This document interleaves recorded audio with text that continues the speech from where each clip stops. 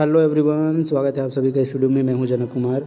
तो आज से मैं एक नए सब्जेक्ट की शुरुआत कर रहा हूं, टेस्टिंग ऑफ मटेरियल्स। इसका आज मैं फर्स्ट लेक्चर ले रहा हूं। इसमें हम पढ़ेंगे मैकेनिकल प्रॉपर्टीज़ ऑफ मेटल्स। ठीक है, उसके बाद ये फर्स्ट लेक्चर के बाद यही सब जो मैकेनिकल प्रॉपर्टीज़ है उसकी टेस्टिंग हम पढ़ेंगे आगे आने वाले लेक्चर में।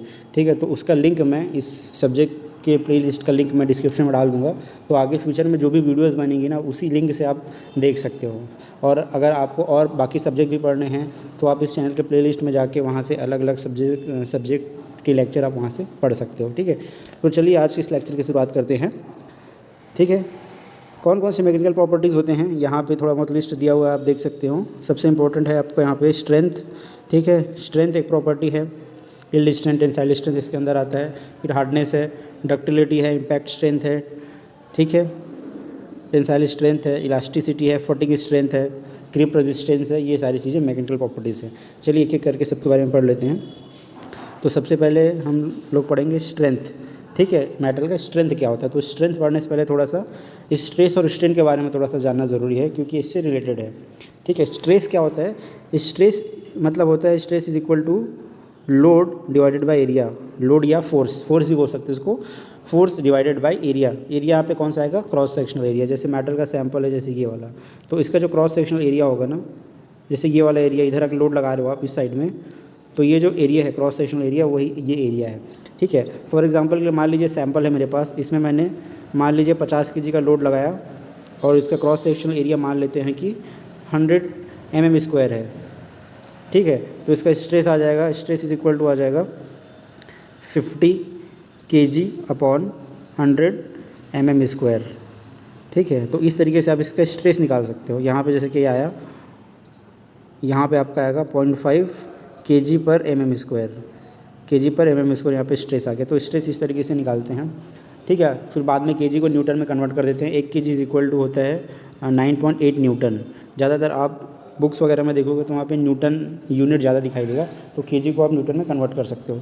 ठीक है, उसके बाद देखते हैं स्ट्रेन क्या है। स्ट्रेन इज इक्वल टू होता है चेंज इन लेंथ।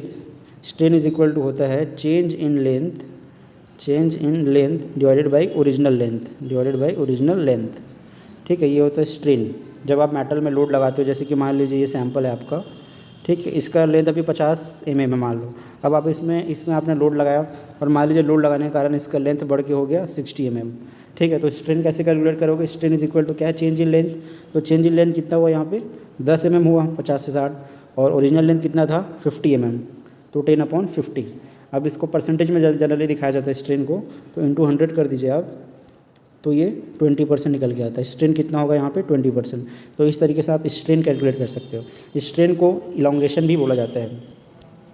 ठीक है, अब ये जो स्ट्रेस जो होता है ना, स्ट्रेस 3 टाइप का स्ट्रेस होता है। एक होता है डायरेक्ट स्ट्रेस। डायरेक्ट स्ट्रेस में आपका आ जाता है टेंसाइल स्ट्रेस। टेंसाइल मतलब जब आप मेटल को खींचते हो, मेटल को या कहीं पे, टेंसाइल फोर्स मतलब टेंशन, मतलब किसी चीज़ को आप खींच रहे हो, वहाँ पे क्या लग रहा है, टेंसाइल स्ट्रेस लग रहा है। ठीक है, अब वही अगर किसी मेटल को आप दबा रहे हो, है ना, तो इसको बोलते हैं कंप्रेसिव स्ट्रेस।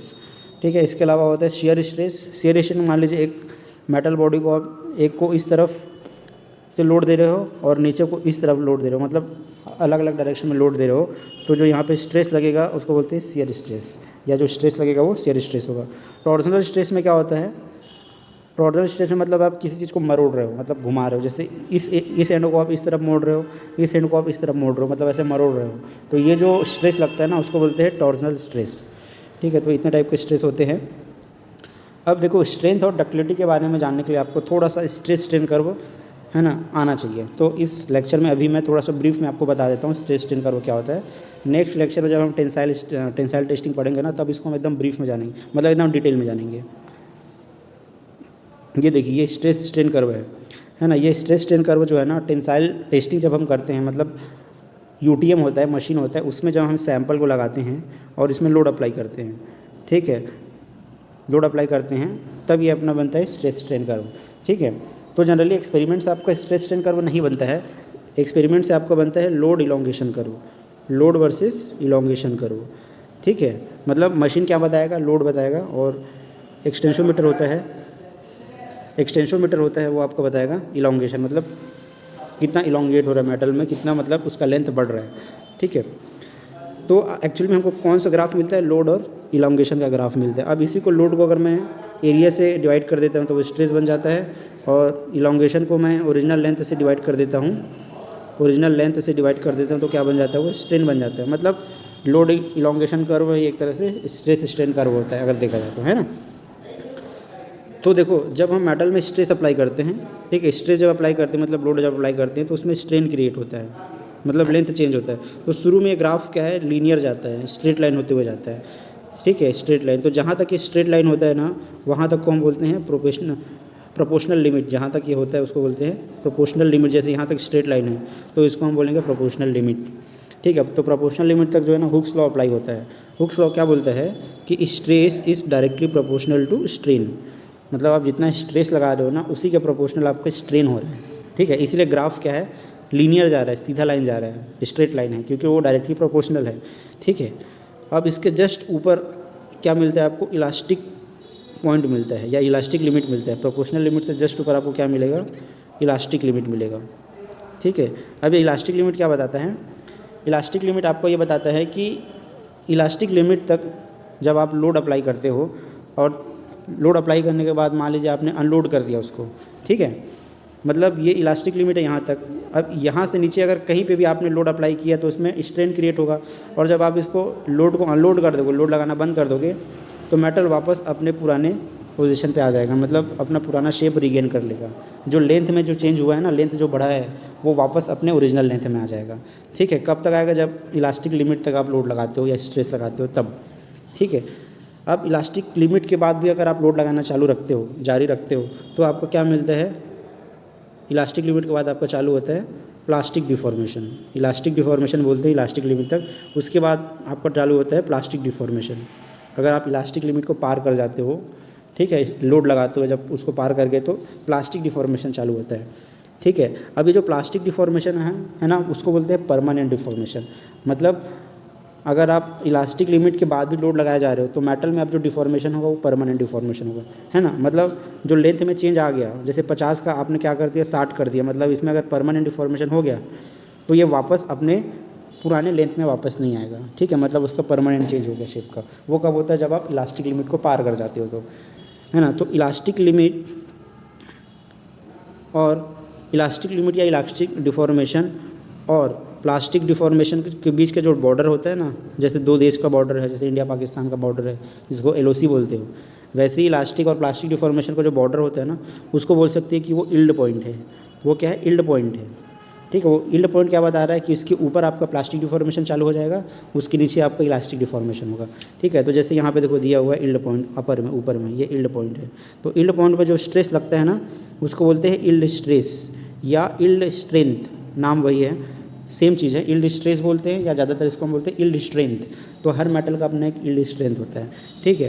तो इल्ड स्ट्रेंथ के ऊपर भी अगर आप स्ट्रेस अप्लाई करते रहते हो या लोड अप्लाई करते रहते हो तो मेटल में परमानेंट डिफॉर्मेशन चालू हो जाता है, ठीक है। तो ये क्या बता रहा है इल्ड पॉइंट, कि उसको ऊपर अगर आप लोड लगाना चालू रखते हो तो उसमें परमानेंट डिफॉर्मेशन हो जाएगा, उसके नीचे रहेगा लोड, है ना, उस पॉइंट के नीचे रहेगा लोड या स्ट्रेस, तो मेटल अपने ओरिजिनल शेप में वापस आ जाएगा, ठीक है। तो ये इल्ड स्ट्रेंथ बहुत ज़रूरी है। तो इल्ड स्ट्रेंथ को आप कैसे डिफाइन कर सकते हो कि इल्ड स्ट्रेंथ किसी मटेरियल का वो स्ट्रेस है जिसके ऊपर प्लास्टिक डिफॉर्मेशन चालू हो जाता है, ठीक है। ये इल्ड स्ट्रेंथ या इल्ड स्ट्रेस का डेफिनेशन हुआ।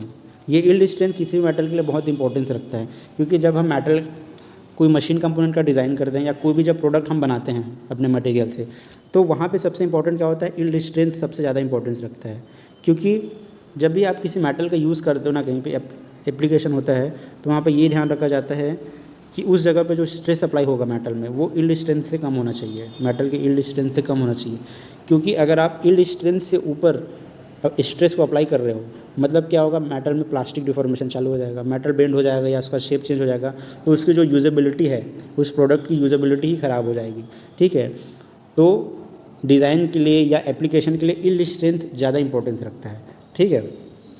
उसके बाद भी आप अगर लोड अप्लाई करते रहते हो ना, तो मेटल, ये जो ग्राफ है ना, ये जो ग्राफ है ऊपर की ओर बढ़ते रहता है। ऐसा क्यों बढ़ता है, क्योंकि यहाँ पे स्ट्रेन हार्डनिंग होता है। मेटल का स्ट्रेन हार्डनिंग मतलब मेटल को जब जैसे जैसे जब डिफॉर्मेशन करते हो ना, तो वैसे उसका स्ट्रेंथ बढ़ता है, ठीक है। मेटल को जब आप डिफॉर्म करते हो ना तो मेटल का स्ट्रेंथ बढ़ता है जब आप उसको डिफॉर्म करते हो, मतलब मेटल और रेजिस्ट करता है अपने शेप को चेंज करने में। स्ट्रेन हार्डनिंग होता है, उसी को बोलते हैं स्ट्रेन हार्डनिंग। इसलिए ग्राफ क्या हो रहा है, ऊपर जा रहा है क्योंकि उसमें स्ट्रेन हार्डनिंग हो रहा है, मतलब आपको ज़्यादा लोड अप्लाई करना पड़ता है मेटल को स्ट्रेन डिफॉर्म करने के लिए, है ना। उसके बाद ग्राफ जाते जाते और अल्टीमेटली ये पॉइंट मिलते हैं हमको हाईएस्ट पॉइंट। इस हाईएस्ट पॉइंट का नाम है यूटीएस, अल्टीमेट टेंसाइल स्ट्रेंथ। तो इस पॉइंट में जो आपको स्ट्रेस मिलता है, यहाँ पे जो स्ट्रेस मिलेगा उसी को बोलते हैं अल्टीमेट टेंसाइल स्ट्रेंथ। अल्टीमेट मतलब सबसे हाईएस्ट, मतलब एक मेटल ब्रेक होने से पहले कितना स्ट्रेस सहन कर सकता है। Maximum stress that a material can bear is called a ultimate tensile stress या अल्टीमेट टेंसाइल स्ट्रेंथ। ठीक है। तो आप यहाँ से मेटल में सैंपल में लोड अप्लाई करना चालू किए थे, तो ये मेटल का स्ट्रेंथ मतलब ये जो है ना लेंथ वो बढ़ते जाता है।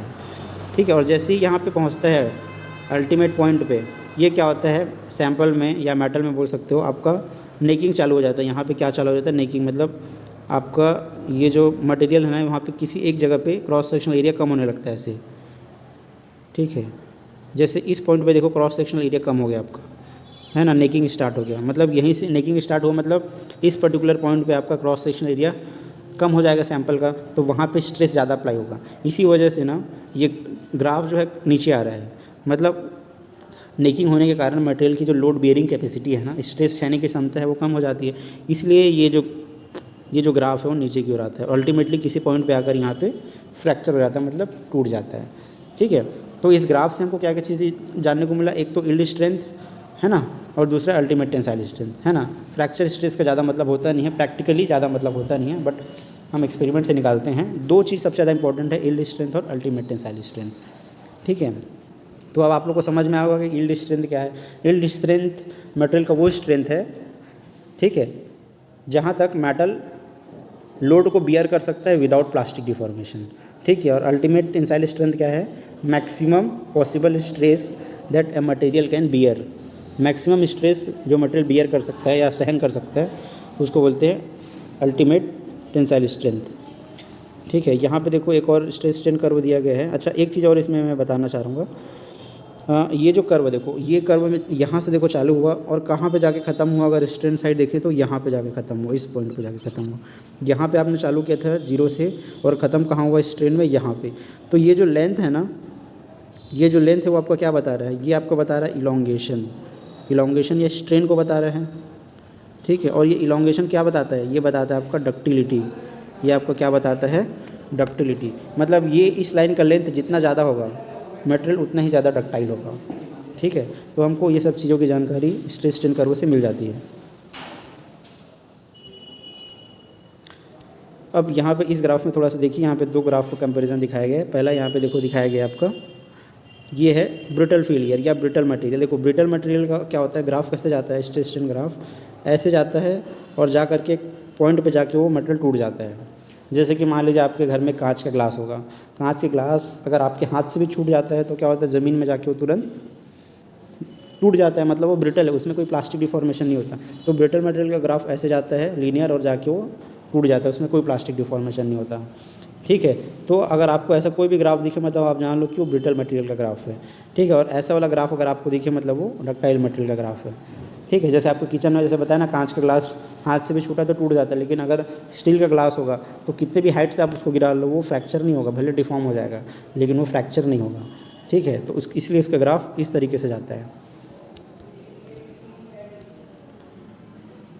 ठीक है। अब ये सब यहीं पे सेम चीज़ बताया गया, स्ट्रेस क्या होता है, load upon area, cross sectional area. ठीक है। यहाँ पे देखो इसका क्रॉस सेक्शनल एरिया इतना है, जैसा आपका सैंपल होगा उस हिसाब से आपको क्रॉस सेक्शनल एरिया मतलब कैलकुलेट करना है। अगर सर्कल है क्रॉस सेक्शनल एरिया तो सर्कल का एरिया आपको निकालना पड़ेगा πr²। अगर क्रॉस सेक्शनल अगर उसका क्रॉस सेक्शनल अगर क्या है ऐसा स्क्वायर वाला है तो आपको स्क्वायर का क्रॉस सेक्शन निकालना पड़ेगा। ठीक है। इस तरीके से। और ये क्या है, elongation, change in length upon original length. ठीक है। इस ग्राफ में भी सेम चीज़ वही बताया गया है जो भी मैंने बताया। यहाँ तक देखिए इसमें क्या हो रहा है, इलास्टिक डिफॉर्मेशन। तो इस लिमिट से, इस लोड से पहले अगर लोड आप मेटल को लोड अप्लाई करते हो और यहाँ पे लाके अनलोड कर देते हो इस पॉइंट पे, तो मेटल अपने शेप में वापस आ जाएगा। लेकिन इसके बाद इसके बाद भी लोड अप्लाई कर रहे हो, जैसे यहाँ पे आपने अनलोड कर दिया तो वो मेटल अपने ओरिजिनल शेप में वापस नहीं आएगा, उसमें परमानेंट डिफॉर्मेशन हो जाएगा। ठीक है, यहाँ पे देखो नेकिंग हो रहा है, इस तरह से नेकिंग होता है, इसलिए ग्राफ आपको नीचे जाता है ना। अब इस ग्राफ में आप बहुत सारी चीज़ें समझ सकते हो। देखो यहाँ तक तो जो इलोंगेशन होता है इसको बोलते हैं टोटल इलोंगेशन। देखो ये आपको बताता है डक्टिलिटी को, ठीक है, और ये आपको क्या बता रहा है, मैक्सिमम लोड को। ये मैक्सिमम पॉइंट आपको बता रहा है, मैक्सिमम लोड जो आप अप्लाई करते हो मेटल पे। ये हुक्स लॉ मैंने आपको बता दिया कि it is directly proportional to strain. ठीक है, अब डायरेक्ट सीधा आ जाते हैं प्रॉपर्टी पे, स्ट्रेंथ। ठीक है, स्ट्रेंथ क्या बोलते हैं, strength ability of material to resist deformation, इसको हम बोलते हैं स्ट्रेंथ। जैसे हमने पढ़ा ना यील्ड स्ट्रेंथ, मेटल का यील्ड स्ट्रेंथ जितना ज़्यादा होगा उतना ज़्यादा आपको लोड लगाना पड़ेगा मेटल को क्या करने में, प्लास्टिक डिफॉर्म करने में। ठीक है, अगर यील्ड स्ट्रेंथ कम है तो कम लोड में वो डिफॉर्म हो जाएगा। जैसे कॉपर और एल्युमिनियम, कॉपर एल्युमिनियम और स्टील को कंपेयर करिए आप। कॉपर और एल्युमिनियम का अगर रॉड होगा ना उसको आप हाथ से भी मोड़ सकते हो। ठीक है, अगर पतला हुआ थोड़ा तो एल्युमिनियम और कॉपर के रॉड को आप हाथ से भी मोड़ सकते हो, मतलब उसको प्लास्टिक डिफॉर्म करना कितना आसान है। तो उसका स्ट्रेंथ, यील्ड स्ट्रेंथ बहुत कम है। वही स्टील के रॉड को आप नहीं डिफॉर्म कर पाओगे, उसको नहीं मोड़ पाओगे, मतलब स्टील का यील्ड स्ट्रेंथ क्या है, ज़्यादा है। ठीक है, यील्ड स्ट्रेंथ भी ज़्यादा है और टेंसाइल स्ट्रेंथ भी ज़्यादा है। ठीक है, वैसे ही आता है कंप्रेसिव स्ट्रेंथ। कंप्रेसिव स्ट्रेंथ में क्या होता है, जब आप मेटल को कंप्रेस कर रहे हो तो जब आप कंप्रेस कर रहे हो तो जिस लोड में या जिस स्ट्रेस में ये टूटेगा है ना, उसको उस मटेरियल का कंप्रेसिव स्ट्रेंथ बोला जाता है। अब आ जाइए नेक्स्ट प्रॉपर्टी पे, वो है डक्टिलिटी। ठीक है, डक्टिलिटी का मैंने अभी जस्ट बताया था ना, स्ट्रेस स्ट्रेन कर्व में आपका कर्व जितना लंबा जाता है स्ट्रेन की तरफ, स्ट्रेन वाले एक्सिस में जितना लंबा आपको कर्व ग्राफ जाता है उतना ज़्यादा उसका क्या होगा, डक्टिलिटी, वो डक्टिलिटी को शो कर रहा है। ठीक है, अब देख लेते हैं कि बुक्स में उसका डेफिनेशन क्या दिया गया है डक्टिलिटी का। डक्टिलिटी मतलब बोल रहा है कि ability of a material by which it can be drawn into wire. ठीक है, मतलब किसी मेटल को आप कितने पतले वायर में कन्वर्ट कर सकते हो या कितने पतले वायर में ड्रॉ कर सकते हो या उसका कितना पतला वायर बना सकते हो, वो इसकी डक्टिलिटी को शो करता है। जैसे कॉपर का हम बहुत पतला वायर बना सकते हैं, ठीक है, तो इसकी डक्टिलिटी बहुत ज़्यादा है। एल्युमिनियम का थोड़ी कम है क्योंकि उतना पतला वायर नहीं बना सकते। स्टील का उससे भी कम है, तीनों के कंपेयर में सबसे कम यहाँ पे स्टील का है। ठीक है, वही अगर कास्ट आयरन की बात करूँ तो कास्ट आयरन में तो बिल्कुल डक्टिलिटी नहीं होती है, उसको आप कोई वायर बना ही नहीं सकते हो कास्ट आयरन का।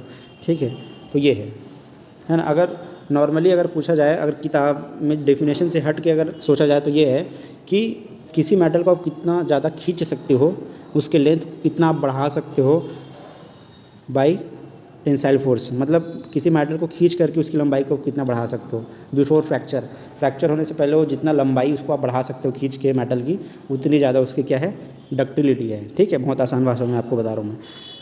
नेक्स्ट क्या है, ब्रिटलनेस। तो ब्रिटलनेस क्या है, जस्ट अपोजिट होता है डक्टिलिटी के। जिसकी डक्टिलिटी कम उसका ब्रिटलनेस ज़्यादा, है ना। जैसे कि कास्ट आयरन बताया आपको, कास्ट आयरन में कोई डक्टिलिटी नहीं होती, कास्ट आयरन का आप रोलिंग फोर्जिंग वगैरह नहीं कर सकते। ठीक है, क्योंकि वो डिफॉर्म ही नहीं होगा, आप उसमें लोड लगाने जाओगे ये टूट जाएगा। कांच का ग्लास का जैसे एग्जांपल मैंने दिया, वो जैसे ही गिरता है वो टूट जाता है, उसमें कोई डिफॉर्मेशन नहीं होता, मतलब वो क्या है, वो ब्रिटल मटेरियल है। ठीक है, तो डक्टिलिटी के अपोजिट होता है ब्रिटलनेस। नेक्स्ट आ जाइए मैलेबिलिटी। मैलेबिलिटी मतलब होता है ability of material to form into thin sheets, to form into thin sheet, मतलब आप किसी मेटल का कितना पतला शीट बना सकते हो by compressive force, by compressive load, मतलब किसी मेटल को लोड देके, जैसे ये मेटल का ब्लॉक है मान लीजिए, इसको आप कंप्रेस करके आप कितना पतला आप थिन शीट बना सकते हो। ठीक है, वो उसकी मैलेबिलिटी को शो करता है, जितना पतला आप शीट इसका बना पाओगे उसकी मैलेबिलिटी उतनी ही ज़्यादा है। ठीक है, जैसे कॉपर का एक छोटा सा भी टुकड़ा आपको रहेगा आपके पास, या सबसे ज़्यादा जो डक्टाइल होता है गोल्ड होता है। ठीक है, गोल्ड के बारे में मैंने एक जगह पढ़ा था कि उसके माचिस के डिब्बे जितना भी अगर गोल्ड है तो उसको फैला के आप पूरा एक टेनिस का जो कोर्ट होता है ना, उतने बड़े एरिया में आप उतने छोटे गोल्ड को आप फैला सकते हो। तो इसकी मैलेबिलिटी बहुत ज़्यादा है गोल्ड की। ठीक है, वही अगर कंपेयर करोगे आप स्टील का, तो स्टील में होती है malleability, but compare to copper gold वगैरह बहुत कम होती है ना। इसको आप रोलिंग करके शीट बना सकते हो उसका, लेकिन उतना पतला शीट आप नहीं बना सकते। ठीक है, तो मैलेबिलिटी और डक्टिलिटी जो है दोनों क्या है, सेम है एक लगभग। ठीक है, दोनों लगभग सेम है। तो मैलेबिलिटी का हम कोई तरह से टेस्टिंग नहीं करते हैं, एक्चुअली में जो स्ट्रेस स्ट्रेन कर्व है ना, जो टेंसाइल टेस्ट है, उसी के थ्रू हम डक्टिलिटी का भी टेस्ट करते हैं। जैसे मान लीजिए अपना सैंपल हमने लिया, मान लीजिए मैंने 60 mm का सैंपल लिया, तो ये टूटने के बाद जब ये टूटा है तो उस समय इसका लेंथ क्या था, टूटने समय मान लीजिए इसका लेंथ मान लीजिए 100 mm था, ठीक है। मतलब 60 में चालू किया, 100 में जाकर टूटा, इतना पहले खींचा आपने 100 तक खींचा, उसके बाद टूट गया। मतलब इसकी जो इलोंगेशन आपका कितना निकल के आया, 40 mm का इलोंगेशन निकल के आया। तो ये इलोंगेशन की वैल्यू जितनी ज़्यादा होगी ना, डक्टिलिटी किसी मेटल की उतनी ही ज़्यादा होगी, ठीक है। मतलब टेंसाइल टेस्ट से ही हम डक्टिलिटी का टेस्ट कर लेते हैं, मेलेबिलिटी का अलग से टेस्टिंग वगैरह नहीं होता, क्योंकि दोनों सेम ही है लगभग, डक्टिलिटी और मेलेबिलिटी अगर देखा जाए तो सेम है, बट डेफिनेशन वाइज थोड़ा सा अलग है। नेक्स्ट यहाँ पे आ जाइए प्रॉपर्टीज़, वो है हार्डनेस। हार्डनेस का बहुत सिंपल डेफिनेशन है, यहाँ का आप छोड़ दीजिए। हार्डनेस होता है resistance to scratching, resistance to scratching और इंडेंटेशन, रेजिस्टेंस टू स्क्रैचिंग और इंडेंटेशन, इसको बोलते हैं हम हार्डनेस, ठीक है। जैसे कि मान लीजिए आप एक पेन लीजिए, उस पेन को आप अपने गद्दे में चुभो के देखिए, आपके गद्दे में वो पेन चुभ जाएगा, लेकिन उसी को टेबल में चुभो के देखिए, पेन को टेबल में लकड़ी में, तो वो क्या उसको चुभा देगा, क्या इंडेंट कर देगा, क्या नहीं कर पाएगा, ठीक है। हो सकता है वो टूट जाए। तो किसी भी मटेरियल को आप जितनी आसानी से स्क्रैच कर पाओगे या उसमें इंडेंटेशन कर पाओगे, उसका हार्डनेस उतना कम होगा, और जितना मुश्किल से इसमें स्क्रैच लगा पाओगे, ठीक है, उसकी हार्डनेस उतना ज़्यादा होगा, ठीक है। जैसे आप अपने नाखून से जो चॉक होता है ना, चॉक को आप आसानी से स्क्रैच कर पाओगे, लेकिन उसी नाखून से बोलोगे कि टेबल को स्क्रैच करके दिखाओ, तो आप नहीं कर पाओगे। मतलब इसका मतलब क्या हुआ कि चॉक का हार्डनेस जो है वो कम है, ठीक है, एज़ कम्पेयर टू नाखून के कंपेयर में चॉक का हार्डनेस कम है, लेकिन लकड़ी का हार्डनेस नाखून के कंपेयर में ज़्यादा है, ठीक है। तो ये है हार्डनेस। अब बोलोगे कि हार्डनेस के मैकेनिकल प्रॉपर्टीज़ का इंपॉर्टेंस क्या है, कहाँ पे हम इसका यूज़ करते हैं हार्डनेस का। देखिए, हार्डनेस आपको कहाँ पे चाहिए रहता है, हार्डनेस आपको दो मेन जगह पे चाहिए रहता है। पहला तो जहाँ पे मेटल के बीच फ्रिक्शन हो रहा है, जहाँ पे दो मेटल या दो कंपोनेंट के बीच में फ्रिक्शन हो रहा है, जैसे कि गियर हो गया, गियर बॉक्स में गियर घूमता है, ठीक है, तो गियर के बीच में क्या होता है, वहाँ पे फ्रिक्शन होता है, ठीक है। वैसे ही चैन जहाँ पे लगा तो चैन स्पॉकेट है, वहाँ पे भी फ्रिक्शन होता है, और भी बहुत सारी जगह होती है जहाँ पे मेटल के बीच में क्या होता है, फ्रिक्शन होता है। अब देखिए, फ्रिक्शन के कारण क्या होता है, मेटल में होता है वियर मतलब हिंदी में नहीं होता है घिस जाना। जैसे दो गियर आपस में क्या हो रहा है, फ्रिक्शन कर रहा है, अब वो गियर में वियर होगा, मान लीजिए जल्दी घिस जाएगा गियर, तो आपको गियर को बार बार चेंज कराना पड़ जाएगा। अगर उसमें प्रॉपर हार्डनेस नहीं होगा, स्क्रैच रेजिस्टेंस नहीं होगा, तो आपको गियर को बार बार चेंज करना पड़ेगा, ठीक है। तो उस जगह पे आपको क्या चाहिए भाई, क्या चाहिए, वहाँ पे हार्डनेस चाहिए। वैसे मटेरियल में आपका हार्डनेस होना चाहिए, वियर रेजिस्टेंस होना चाहिए, तब जाके वो कंपोनेंट, वो मशीन पार्ट क्या है, ज़्यादा दिन टिक पाएगा, ठीक है। सेकेंड, आपको हार्डनेस कहाँ चाहिए, कटिंग टूल्स में। कहाँ चाहिए, कटिंग टूल्स जैसे कैंची है, सीज़र है ना, चाकू है, ठीक है, या फिर वर्कशॉप में हम जो यूज़ करते हैं, जो जैसे लेथ मशीन में जो कटिंग टूल यूज़ करते हैं, फाइल वगैरह है, ये सब में आपको क्या चाहिए, हार्डनेस। क्योंकि कटिंग का सीधा सा रिलेशन है हार्डनेस से। जो मटेरियल हार्ड होगा वो अपने से कम हार्ड मटेरियल को काट सकता है, ठीक है। तो कटिंग तभी कर पाओगे आप जब आपके पास हार्ड मेटल होगा, तो आप सॉफ्ट मेटल को आप कट कर पाओगे। तो दो जगह पे चाहिए, जहाँ पे फ्रिक्शन होता है दो मेटल के बीच में, दो कंपोनेंट के बीच में, जहाँ पे हमको कटिंग टूल बनाना है, वहाँ पे हमें चाहिए होता है हार्डनेस, ठीक है। तो हार्डनेस का टेस्टिंग करते हैं हम लोग, इसके अलग अलग मशीन आता है, जैसे रॉकवेल हार्डनेस है, ब्रिनल हार्डनेस है, विकर्स हार्डनेस है, ये सब हार्डनेस टेस्टिंग मशीन है। इसको हम नेक्स्ट लेक्चर में जानेंगे, आगे आने वाले लेक्चर में, जब हम हार्डनेस टेस्टिंग के लेक्चर जब पढ़ेंगे तो सबको हम लोग एक एक करके देखेंगे, ठीक है। नेक्स्ट प्रॉपर्टी आपका टफनेस। नेक्स्ट प्रॉपर्टी क्या है, टफनेस। तो टफनेस का डेफिनेशन है amount of energy absorb before fracture. मतलब मेटल फ्रैक्चर होने से पहले कितना एनर्जी अब्जॉर्ब करता है, वो उसका टफनेस कहलाता है, ठीक है। या दूसरी भाषा में बोलूँ तो मेटल को तोड़ने के लिए आपको कितनी मेहनत करनी पड़ती है, ठीक है। कितनी मेहनत करनी पड़ती है, मतलब एनर्जी, आपको कितना एनर्जी लगाना पड़ता है उस मेटल को तोड़ने में। जितना ज़्यादा आपको एनर्जी लगानी पड़ रही है ना, उतना ज़्यादा वो मटेरियल क्या है, टफ़ है, ठीक है। जैसे हम लोग भी बोलते हैं ना कि वो आदमी बहुत टफ़ है, वो नहीं टूटेगा, ठीक है। वहाँ पे हम मानसिक रूप से टफनेस की बात करते हैं। यहाँ पे हम क्या कर रहे हैं, मैकेनिकल के टर्म में बोल रहे हैं कि टफनेस, ठीक है। जैसे कि फॉर एग्ज़ाम्पल, सेम एग्ज़ाम्पल दूंगा फिर से। किचन में कांच का ग्लास है, ठीक है, ये ग्लास है, कांच का ग्लास है, और आपके पास क्या है, स्टील का ग्लास है, ये स्टील है। अब दोनों को आप सेम हाइट से गिरा के देखो, ग्लास को भी और स्टील को भी, मतलब 6 फुट से मान लीजिए गिरा के देखो, ग्लास क्या होगा, तुरंत टूट जाएगा। आपको कुछ एनर्जी लगाने की ज़रूरत नहीं पड़े, आपको बस 6 फुट उसको उठाया, छोड़ दिया, वो नीचे जाके टूट गया। मतलब कितनी आसानी से टूट गया, आपने ज़्यादा एनर्जी भी नहीं लगाई। मतलब ग्लास क्या है, टफनेस, ग्लास का टफनेस बहुत ही कम हुआ। वहीं स्टील को अगर आप 6 फुट या आप 20 फुट की ऊंचाई से भी आप उसको छोड़ोगे, स्टेनलेस स्टील के ग्लास को 20 फुट की ऊंचाई से भी छोड़ोगे ना, तो ये टूटेगा नहीं, ब्रेक नहीं होगा। ये स्टील भले डिफॉर्म हो जाएगा, उसका शेप चेंज हो जाएगा, कहीं पे चपटा हो जाएगा, बट ये टूटेगा नहीं। मतलब टूटेगा नहीं मतलब ये ज़्यादा टफ है, आपने इतने ऊपर से फेंका, इतनी एनर्जी दिया, तब भी स्टील ब्रेक नहीं हुआ, टूटा नहीं, मतलब इसकी टफनेस क्या है, ज़्यादा है। ठीक है, सिंपल सी बात क्या है, आपको कितना एनर्जी लगाना पड़ता है, कितना मेहनत करना पड़ता है उसको तोड़ने में, उसको ब्रेक करने में, उतना ज़्यादा उसका टफनेस होता है। ठीक है, टफनेस की वैल्यू को थोड़ी बहुत आप स्ट्रेस स्ट्रेन कर्व से भी निकाल सकते हो। स्ट्रेस स्ट्रेन कर्व का जो एरिया होता है ना, जैसे मान लीजिए आपको ये स्ट्रेस स्ट्रेन कर्व है ये, तो इस कर्व का जो एरिया होगा, एरिया कैसे, मतलब देखिए ये कर्व है, ये जो एरिया है कर्व का, स्ट्रेस स्ट्रेन कर्व का जो एरिया है, ये आपका टफनेस को बताता है। ये आपको क्या बताता है, टफनेस को। ये एरिया जितना ज़्यादा होगा ना, उतना ही ज़्यादा टफनेस होगा। ठीक है, या इसका फॉर्मूला होता है half into stress into strain, ये इसका फॉर्मूला होता है। ठीक है, मतलब मेटल का जितना ज़्यादा स्ट्रेस होगा, जितना ज़्यादा स्ट्रेन होगा, दोनों का कॉम्बिनेशन है ये टफनेस। ठीक है, मतलब स्ट्रेस का भी और स्ट्रेन का दोनों का कॉम्बिनेशन होता है टफनेस जो है। और जनरली ये देखा जाता है कि जो मटेरियल ब्रिटल होता है, जो मटेरियल क्या होता है, ब्रिटल होता है, उसका टफनेस भी क्या होता है, कम होता है। ठीक है, जो मटेरियल ब्रिटल होगा उसका टफनेस जनरली कम होता है, और जो मटेरियल डक्टाइल होता है उसका टफनेस भी जनरली क्या होता है, ज़्यादा होता है। ठीक है, क्योंकि जो मटेरियल डक्टाइल होगा और उसको आप डिफॉर्म करना चाहोगे, तोड़ना चाहोगे, तो टूटने से पहले वो क्या होगा, अपना शेप चेंज करेगा, पहले डिफॉर्म होगा, तो उसको डिफॉर्म करने में आपको एनर्जी लगानी पड़ेगी, और लोड दोगे तो और डिफॉर्म हो जाएगा, टूटेगा नहीं। ठीक है, तो इसलिए डक्टिलिटी ज़्यादा है, मतलब मेटल का टफनेस भी जनरली ज़्यादा ही होता है। ठीक है, अब देख लेते हैं नेक्स्ट प्रॉपर्टी। नेक्स्ट है स्टीफनेस। स्टीफनेस और टफनेस में एक ही डिफरेंस है। टफनेस के बारे में मैंने क्या बताया था, amount of energy absorb up to fracture, लेकिन स्टिफनेस में क्या होता है, amount of energy absorb up to plastic deformation, या up to yield strength, up to yield point. ठीक है, इल्ड पॉइंट बोलो। ठीक है, amount of energy absorb up to yield point, मतलब इल्ड पॉइंट आने तक, या उसको मेटल को प्लास्टिकली डिफॉर्म करने के लिए आपको कितना मेहनत करना पड़ रहा है, वो उसका स्टिफनेस होता है। ठीक है, जैसे कि कॉपर का एग्जांपल ले लो और स्टील का एग्जांपल ले लो। कॉपर में देखो कितना आसानी से आप प्लास्टिक डिफॉर्मेशन कर सकते हो।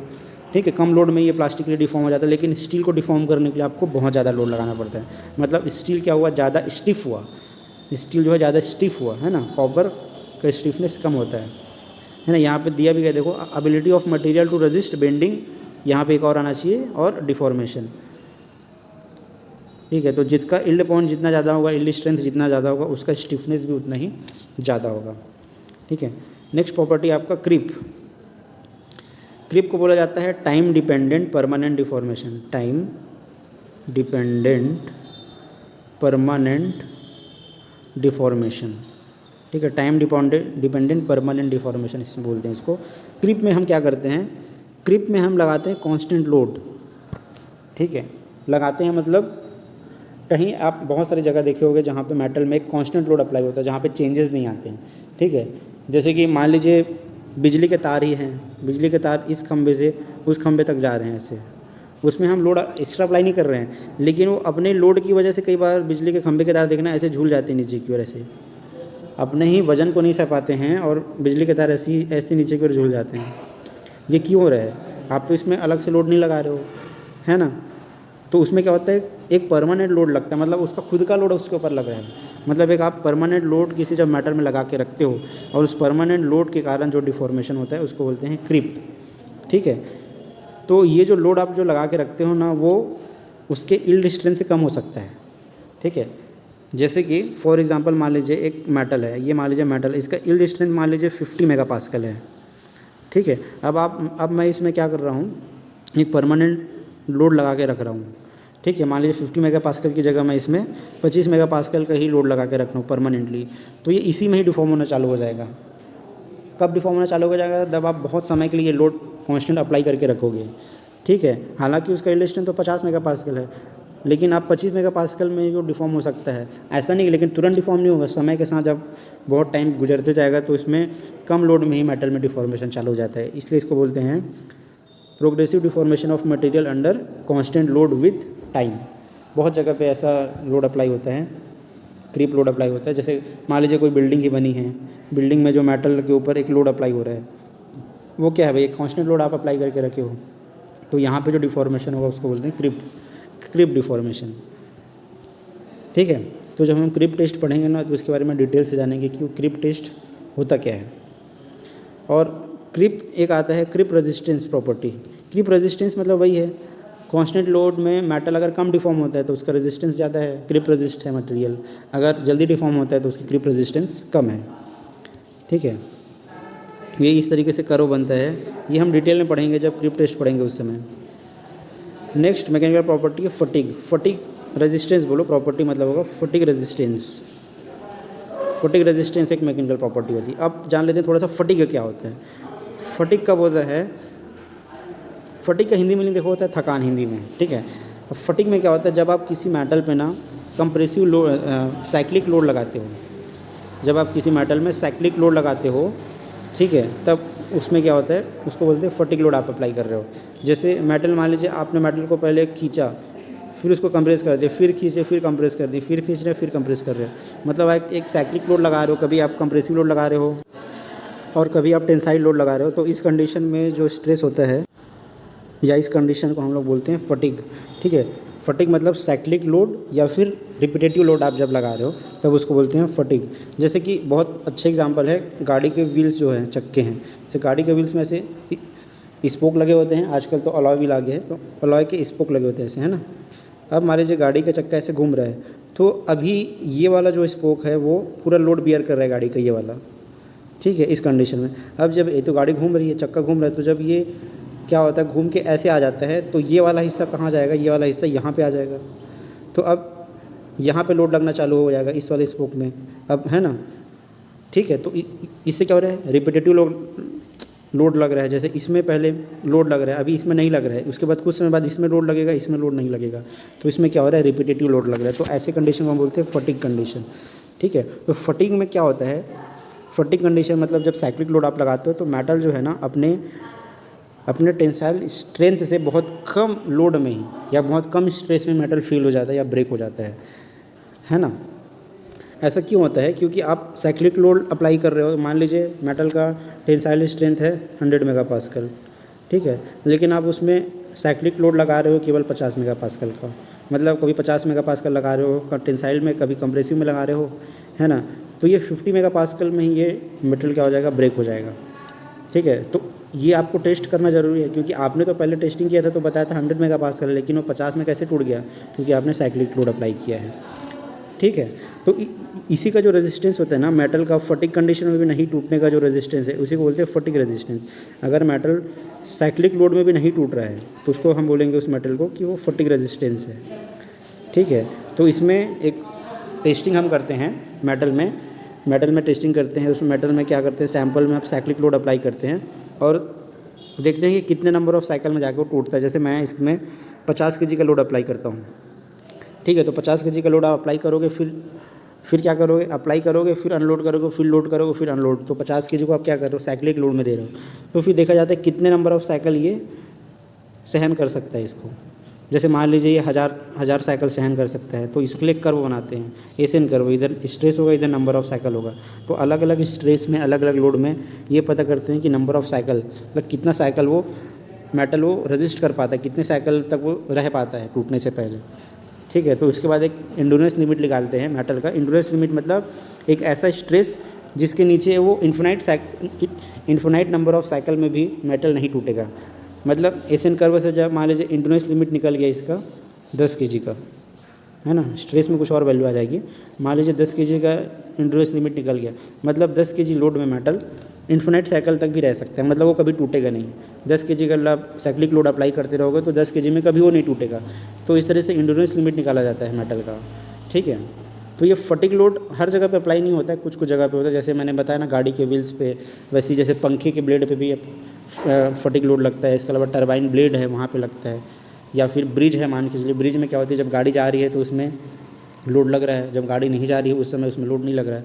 तो ऐसे बहुत जगह होते हैं जहाँ पे फटिग लोड अप्लाई होता है, तो उसके लिए फटिग टेस्टिंग करना पड़ता है। नेक्स्ट हम देख लेते हैं मॉडुलस ऑफ इलास्टिसिटी। तो मॉडुलस ऑफ इलास्टिसिटी एक्चुअली में क्या होता है, ये रेशियो होता है स्ट्रेस और स्ट्रेन का। जैसे modulus of elasticity is equal to क्या होता है, स्ट्रेस अपॉन स्ट्रेन, ठीक है, स्ट्रेस अपॉन स्ट्रेन इसका ये रेशियो होता है, ठीक है। देखो मॉडुलस ऑफ इलास्टिसिटी किसी मेटल का जितना ज़्यादा होगा ना, उतना मुश्किल से उसको डिफॉर्म करना होगा, ठीक है, मतलब उसका स्ट्रेंथ उतना ज़्यादा होगा। मॉडुलस ऑफ इलास्टिसिटी वही बता रहा है, उसका स्ट्रेंथ उतना ज़्यादा होगा, उसको डिफॉर्म करना उतना मुश्किल होगा। यहाँ पे देखो अलग अलग मटेरियल का कुछ इंपॉर्टेंट प्रॉपर्टीज़ दी हुई है। जैसे मटेरियल का नाम देखो 1040 स्टील, ये स्टील का ग्रेड है, ग्रेड का नाम है। इस स्टील के ग्रेड के नाम को सर्च करोगे ना तो आपको कंपोजिशन में मिल जाएगा इंटरनेट में। इसका यील्ड स्ट्रेंथ देखो दिया गया है। जैसे 1040 स्टील का यील्ड स्ट्रेंथ कितना है, 350 मेगापास्कल। अल्टीमेट टेंसाइल स्ट्रेंथ 520 है। इलॉन्गेशन डक्टिलिटी कितनी है, 30% है, ठीक है। इलास्टिक मॉडुलस दिया गया है, ये सब दिया गया है ना। वही 1080 स्टील का दिया गया, थोड़ा सा ज़्यादा इसका स्ट्रेस है, मतलब स्ट्रेंथ इसका थोड़ा ज़्यादा है। तो इस तरह से अलग अलग मेटल का देखो दिया गया। यहाँ पे देखो टाइटेनियम वाला का कितना ज़्यादा है, 942, इसका यील्ड स्ट्रेंथ बहुत ज़्यादा है, मतलब इसको प्लास्टिक डिफॉर्मेशन करने के लिए आपको बहुत ज़्यादा लोड अप्लाई करना पड़ेगा, ठीक है। और एक चीज़ और यहाँ पे ध्यान देख सकते हो कि ये 1040 स्टील में देखो यील्ड स्ट्रेस 350 है और अल्टीमेट टेंसाइल स्ट्रेंथ 320 है, मतलब दोनों के बीच में काफ़ी अंतर है, दोनों के बीच में काफ़ी अंतर है। तो ये एक तरह से डक्टिलिटी को शो कर रहा है। यील्ड स्ट्रेस और अल्टीमेट स्ट्रेस में अगर ज़्यादा डिफरेंस है, मतलब उसका इलॉन्गेशन ज़्यादा होगा, तभी डिफरेंस है, मतलब इसकी डक्टिलिटी ज़्यादा है, ठीक है। अब यहाँ देखो टाइटेनियम अलॉय में 942 यील्ड स्ट्रेस है और 1000 अल्टीमेट टेंसाइल स्ट्रेस है, तो ज़्यादा अंतर नहीं है, मतलब ये मेटल डक्टाइल नहीं है। इसकी डक्टिलिटी केवल कितना है, 70 है।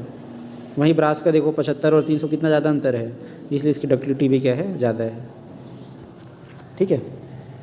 वैसे ही आप हर एक मेटल का आप प्रॉपर्टीज़ चेक कर सकते हो, स्टील के अलग अलग ग्रेड की प्रॉपर्टीज़ चेक कर सकते हो, है ना। तो इससे आप कंपैरिजन करने में आपको आसानी होगी, ठीक है। तो मैं आपको ये भी बोलूँगा कि आप हर मेटल का कुछ कुछ, जैसे कॉपर है, एल्यूमिनियम है, स्टील वगैरह का, सबका सर्च कीजिए, यील्ड स्ट्रेंथ क्या हो, कितना होता है, डक्टिलिटी क्या होती है। इससे आपको कंपैरिजन में आसानी होगी, मतलब एक तरह से आपको पता चल जाएगा कि कौन से मेटल में कौन सी प्रॉपर्टी ज़्यादा होती है, कौन सी प्रॉपर्टी कम होती है, ठीक है। तो इसी हिसाब से हम मटेरियल का टेस्टिंग करते हैं। हम हर एक प्रॉपर्टी की वैल्यू निकाल सकते हैं और सबका टेस्टिंग अलग होता है। जैसे स्ट्रेंथ टेस्ट अलग होता है, क्रिप टेस्ट अलग होगा, हार्डनेस टेस्टिंग अलग होगा, ठीक है। तो हम नेक्स्ट लेक्चर में पढ़ेंगे इसके जस्ट बाद टेंसाइल टेस्टिंग मैं आपको नेक्स्ट लेक्चर में पढ़ाऊँगा। Okay, so thank you so much and God bless you all.